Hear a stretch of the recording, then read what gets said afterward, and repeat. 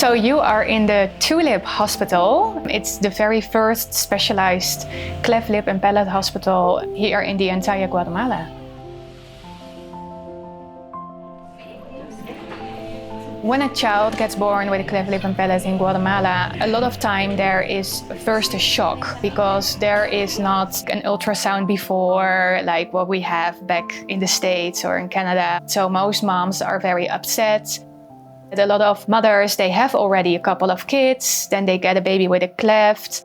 Their own husband blames them and leaves the entire family. So the mom becomes a single mother and she needs to work and earn the money and takes care of the kids. Guatemala is the 6th highest country in the world with chronic malnutrition. 50% of all kids are chronic malnourished. And then imagine if you're born with a cleft when everything is open and you cannot feed very well. So it's very difficult for them to breastfeed. Parents do not have money to buy formula milk. We buy milk powder for our babies, but in the last 2 years, it almost went up 40%. If a child is too malnourished, a baby cannot receive any surgery. If the kids are not healthy, if they don't have the right weight, there's nothing we can do. We have to wait until those kids are chubby and healthy enough to get the first surgery. Every year we have extreme cases. We have about 25 babies that came into our milk program and they pass away even before their first surgery. They are very fragile. They can get sick very easily. The first time when I met Suseli, her mother was holding her and we wanted to get her weight. So I took her from the mother and she was even lighter than a newborn baby. The only thing I felt were bones. It's super urgent because if you wait a couple of more days, this baby can die.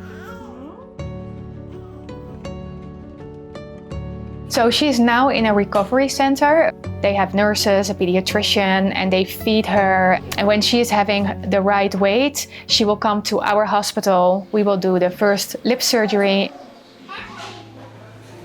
A lot of times the surgeries are a kind of shown as that is the most important thing and that will change your life. So the child will receive first nutrition, which is formula milk for months, a special feeding bottle seen by our nutritionist and pediatrician. Then we'll receive the surgery. We also provide transportation, lab work, all the medicine, all the aftercare. So they will not only receive the best results in surgery, but we also make sure that after the surgery, they are learning how to talk, for example, in speech therapy. When they had speech therapy, they're able to go to school and make friends and talk with their friends. We have dental, so we will make sure the teeth are clean and that they get orthodontics. So when they really smile, they have a beautiful smile with their new lips, but also with their beautiful teeth. I mean, I love it when they run to me with their new braces in their mouth and showing me how proud they are that they have those braces in.